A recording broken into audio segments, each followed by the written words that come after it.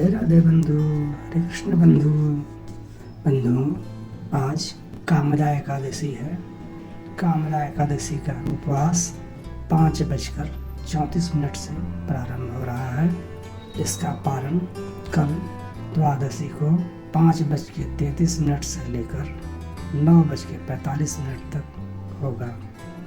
तो बंधुओं, आप इसी समय के बीच अपना पारण अवश्य कर लें। बंधुओं, पारण करने से पूर्व ब्राह्मण देवता को दान दक्षिणा दे दें। यदि ऐसा नहीं हो पा रहा है तो दान दक्षिणा की सामग्री निकाल लें और बाद में ब्राह्मण देवता को समर्पित कर दें। तो बंधुओं, आइए हम लोग कामदा एकादशी के कथा के महात्म को सुनते हैं। युधिष्ठिर ने पूछा, वासुदेव, आपको नमस्कार है। कृपया आप यह बताइए कि चैत्र शुक्ल पक्ष में किस नाम की एकादशी होती है। भगवान श्री कृष्ण बोले, राजन, एकाग्र चित्त होकर यह पुरातन कथा सुनो, जिसे वशिष्ठ जी ने राजा दिलीप के पूछने पर कहा था। वशिष्ठ जी बोले, राजन, चैत्र शुक्ल पक्ष में कामदा नाम की एकादशी होती है। वह परम पुण्यमयी है। पाप रूपी ईंधन के लिए तो वह दावानल ही है। प्राचीन काल की बात है। नागपुर नामक एक सुंदर नगर था, जहाँ सोने के महल बने हुए थे। उस नगर में पुंडरीक नाम आदि महाभयंकर नाग निवास करते थे। पुंडरीक नाम का नाग उन दिनों वहाँ राज्य करता था। गंधर्व, किन्नर और अप्सराएं भी उस नगरी का सेवन करती थीं। वहाँ एक श्रेष्ठ अप्सरा थी जिसका नाम ललिता था। उसके साथ ललित नाम वाला गंधर्व भी था। वे दोनों पति पत्नी के रूप में रहते थे। दोनों ही परस्पर काम से प्रीत रहा करते थे। ललिता के हृदय में सदा पति की ही मूर्ति बसी रहती थी और ललित के हृदय में सुंदरी ललिता का नित्य निवास था। एक दिन की बात है। नागराज पुंडरीक राजसभा में बैठकर मनोरंजन कर रहा था।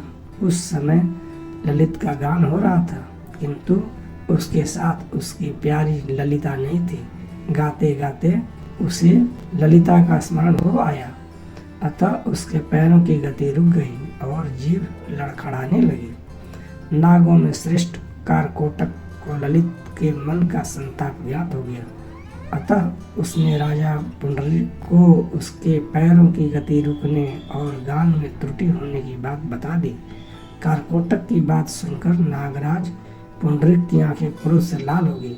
उसने गाते हुए कामातुर ललित को श्राप दिया, दुर्बुद्धे, तू मेरे सामने गान करते समय भी पत्नी के वशीभूत हो गया, इसलिए राक्षस हो जा। महाराज पुंडरीक के इतना कहते ही वह गंधर्व राक्षस हो गया। भयंकर मुख, विकराल आंखें और देखने मात्र से भय उपजाने वाला रूप, ऐसा राक्षस होकर वह कर्म का फल भोगने लगा। ललिता अपने पति की विकराल आकृति देख मन ही मन बहुत चिंतित हुई। भारी दुख से वह कष्ट पाने लगी। सोचने लगी, क्या करूं, कहाँ जाऊं, मेरे पति पाप से कष्ट पा रहे हैं। वह रोती हुई घने जंगलों में पति के पीछे पीछे घूमने लगी। वन में उसे एक सुंदर आश्रम दिखाई दिया, जहाँ एक मुनि शांत बैठे हुए थे। किसी भी प्राणी के साथ उनका बैर विरोध नहीं था। ललिता श्रद्धा के साथ वहाँ गई और मुनि को प्रणाम करके उनके सामने खड़ी हुई। मुनि बड़े दयालु थे। उस दुखनी को देखकर वे इस प्रकार बोले, सुधे, तुम कौन हो, कहाँ से आई हो, मेरे सामने सच सच बताओ। पिता ने कहा, महामुने, वीर धंधवा नाम वाले एक गंधर्व हैं। मैं उन्हीं महात्मा की पुत्री हूँ। मेरा नाम ललिता है। मेरे स्वामी अपने पाप दोष के कारण राक्षस हो गए हैं। उनकी यह अवस्था देखकर मुझे चैन नहीं है। ब्रह्मन, इस समय मेरा जो कर्तव्य है वह बताइए। विप्रवर, जिस पुण्य के द्वारा मेरे पति राक्षस स्वभाव से छुटकारा पा जाए उसका उपदेश कीजिए। ऋषि बोले, भद्रे, इस समय चैत्र मास के शुक्ल पक्ष में कामदा नाम की एकादशी तिथि है, जो सब पापों को हरने वाली और उत्तम है। तुम उसी का विधि पूर्वक व्रत करो और इस व्रत का जो पुण्य हो उसे अपने स्वामी को दे डालो। पुण्य देने पर क्षण भर में ही उसके शाप का दोष दूर हो जाएगा। राजन, मुनि का यह वचन सुनकर ललिता को बड़ा हर्ष हुआ।